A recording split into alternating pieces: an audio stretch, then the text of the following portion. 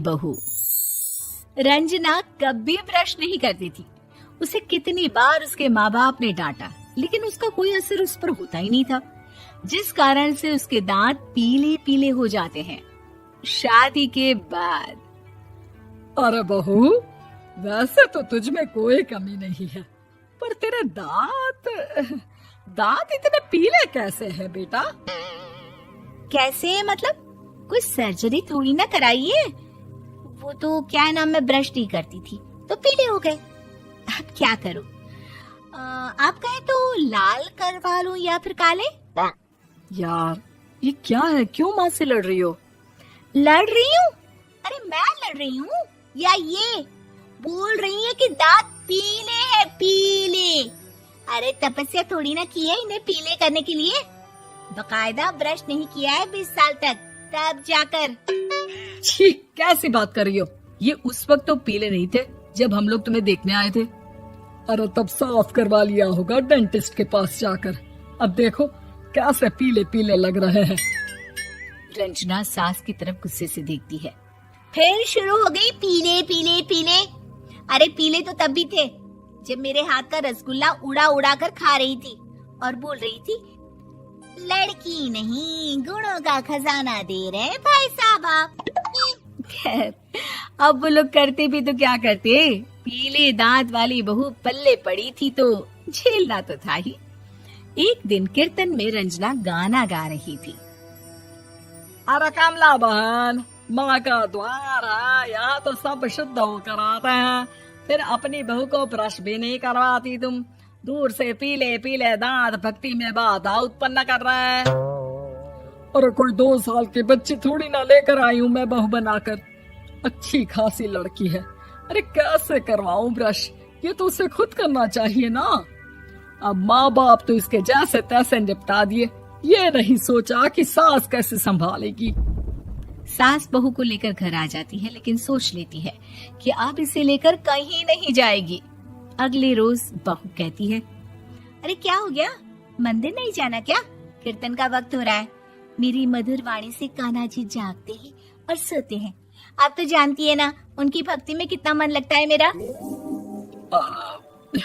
वो क्या है ना, तबीयत ठीक नहीं लग रही है मेरी, आराम करूंगी मैं। तबीयत ठीक नहीं लग रही? अभी तो मिथुन के गाने पर नाच रही थी आप, और अब बोल रही है कि तबीयत ठीक नहीं लग रही। अरे भक्ति में मन लगा लो सासू माँ, ऊपर जाना है, क्या मुंह दिखाओगी आप? हाँ? सास को बहू की बात पर गुस्सा आ जाता है। मैं क्या मुंह दिखाऊंगी, इसकी चिंता तो ना कर, समझी? अपने मुंह की चिंता कर, जो ये पीले पीले दांत लेकर हर जगह पहुंच जाती है। पता है लोग कितना मजाक बनाते हैं। ना जी ना, मैं नहीं जाना कहीं तेरे साथ। तो ये बात है। कोई ना, मत जाओ, मैं अपने कमरे में ही बैठकर भक्ति कर लूंगी। ऊपर वाला दांत थोड़ी ना देखता है, मन देखता है, भावना देखता है। और अरे बस बस, तू सब कुछ दिखा, बस ये सफेद चमकदार दांत ना दिखाना किसी को, है? जा यहाँ से। बहू को सास की बात का कोई फर्क नहीं पड़ता, वो तो जैसी थी वैसी ही रह जाती है।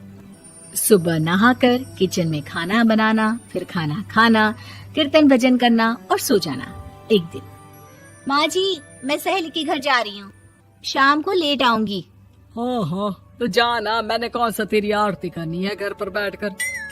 रंजना सहेली के घर जाती है, जहाँ वो पार्टी में जाने की तैयारी कर रही होती है। अरे शिखा, कहाँ जाने की तैयारी कर रही है? मैं गलत वक्त पर आ गई क्या? अरे नहीं यार, उल्टा सही वक्त पर आ गया। मैंने ये साड़ी और ज्वेलरी निकाली है यार, शाम को इनके ऑफिस की एक पार्टी में जाना है। बताना कैसा लग रहा है ये सब? नहीं यार, इस ड्रेस के साथ तो वो वाली ज्वेलरी अच्छी लगेगी। हाँ हाँ सही बोल रही है, मैंने ध्यान ही नहीं दिया। वैसे तो हमेशा से मस्त फैशन सेंस रखती है। तो बड़ा जाती होगी ना पति के साथ पार्टी में। रंजना कुछ नहीं बोलती, बस सोचती है कि यार काश ये बात सही हो जाती, पर मैं क्यों नहीं जाती पार्टी में?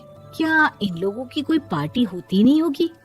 रंजना घर आती है और रात में पति से सवाल करती है, एक बात बताइए, आप मुझे किसी पार्टी में क्यों नहीं ले जाते? क्या आपकी यहाँ ऑफिस में पार्टी नहीं होती? पति बेचारा क्या कहता कि दांत पीले हैं तुम्हारे इसलिए। अरे कोई पार्टी होती नहीं हम लोगों के ऑफिस में, तो कहाँ से लेकर जाऊं? और मार्केट, मॉल, कहीं वीकेंड घूमना, कहीं तो। अरे यार, सारे हफ्ते में एक छुट्टी मिलती है, तो सोचता हूँ कि आराम ही कर लूं। क्यों? रंजना मन मार के रह जाती है।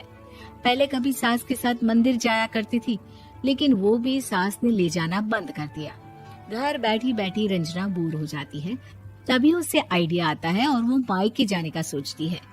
सासू माँ, 2 दिनों के लिए मम्मी के घर जा रही हूँ। अच्छा अच्छा, ठीक है, आराम से जा। और हाँ, माँ से कुछ अच्छी आदत सीख कर आना कि कैसे शरीर के हर भाग की तरह दांतों की सफाई भी जरूरी होती है, समझी? शुरू हो गई ना आप। वो लोग आपकी तरह नहीं है कि छोटी छोटी बात का बतंगड़ बना दे। उन लोगों के लिए मैं मायने रखती हूँ, ना कि मेरे पीले पीले दांत। रंजना माँ को बिना बताए उन लोगों को सरप्राइज देती है, लेकिन जैसे ही वो दरवाजे पर पहुंचती है, अंदर देखती है कि घर वाले कहीं जा रहे होते हैं। अब माँ, काश रंजना दीदी के दांतों वाली प्रॉब्लम नहीं होती, तो वो भी हम लोगों के साथ चलती ना बुआ जी की बेटी की शादी में। हाँ बेटा, लेकिन अब उसे कौन समझाए कि उसको उसके पीले दांत नहीं दिखते, लेकिन उसके आसपास के लोगों को कितना एम्बैरेसिंग फील कराते हैं।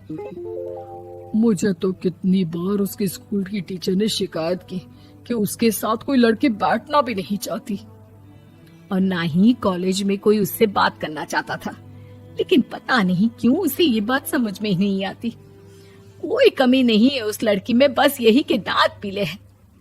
वो तो भला हो जीजा जी और उनकी माँ का, जो दीदी को जैसी है वैसे ही रखा हुआ है। रंजना को अपने घर वालों की बात सुनकर बहुत दुख होता है। वो सोचती है कि वो क्या करे, लेकिन फिर वो सीधा डेंटिस्ट के पास जाती है, अपने दांत चमकाती है और कसम खाती है कि वो रोज ब्रश करेगी। अरे क्या हो गया?